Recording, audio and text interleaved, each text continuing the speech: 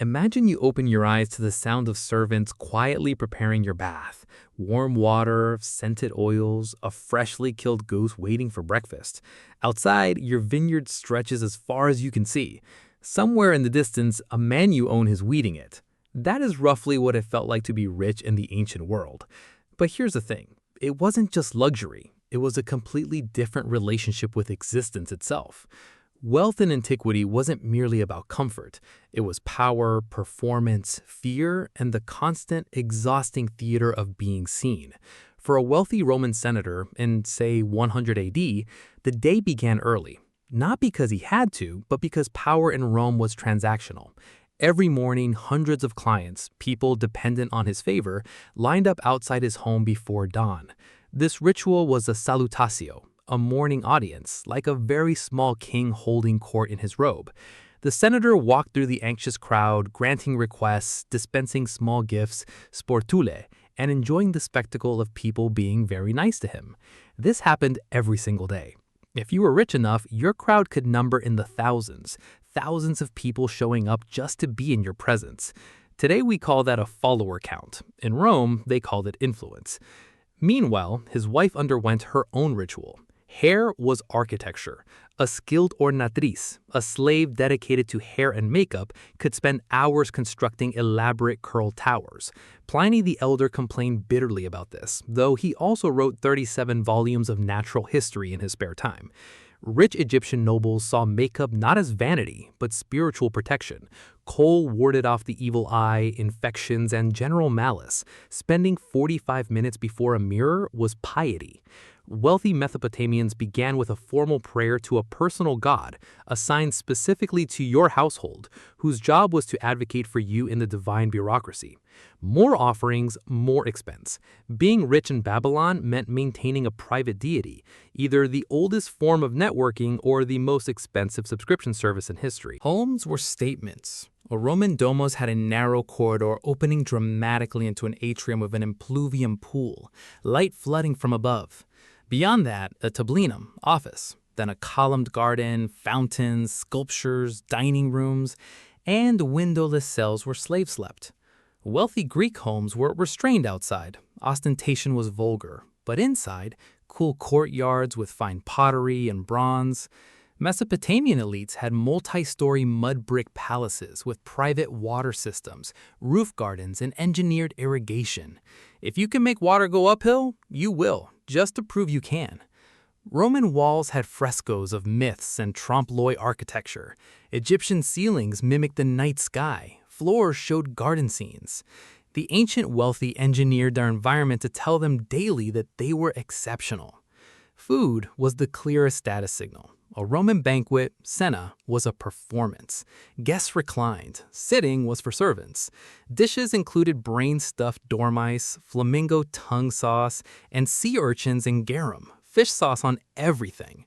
Petronius's Trimalchio serves a roast pig cut open to reveal sausages, mechanical contraptions lowering dishes, even a fake death so guests can rehearse a funeral. Wine vintages, Falernian, Cacuban, indicated your exact rank. In Egypt, tomb walls depicted roasted oxen and piles of bread, magical provisions for the afterlife. Wealthy Athenians held symposia. After dinner, wine mixed in craters, then philosophical debate, poetry, and kotibos, flinging wine dredge as a target. The men who funded the Parthenon spent evenings drinking and throwing leftovers.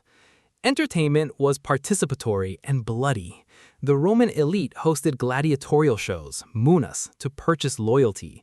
Julius Caesar nearly bankrupted himself funding games, inheriting 320 pairs of gladiators in silver armor.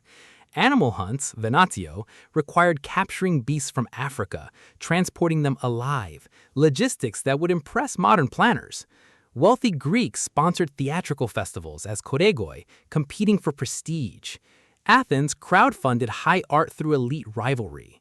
Private entertainment included poetry, acrobats, dwarfs, a specific status symbol, and storytellers. Chariot racing factions, blues, greens, reds, and whites, had fan bases like modern football clubs. A charioteer named Gaius Apuleius Diocles earned an estimated $5 billion. His patron was delighted. Your body was a project. The wealthy had private baths, cold, warm hot rooms, massage, depilation, perfumed oils. The striggle scraped oil, sweat, and dirt from skin, and famous athletes' scrapings were sold as celebrity merch. Face creams used barley, eggs, ground antler, even crocodile dung. Galen recommended it. Cleopatra bathed in donkey milk, requiring 200 to 700 donkeys daily. Ancient Romans walked slowly. Rushing was for those who hadn't arrived. The toga, a 6-pound wool semicircle, couldn't be put on alone. That was the point. But ancient wealth was terrifyingly unstable.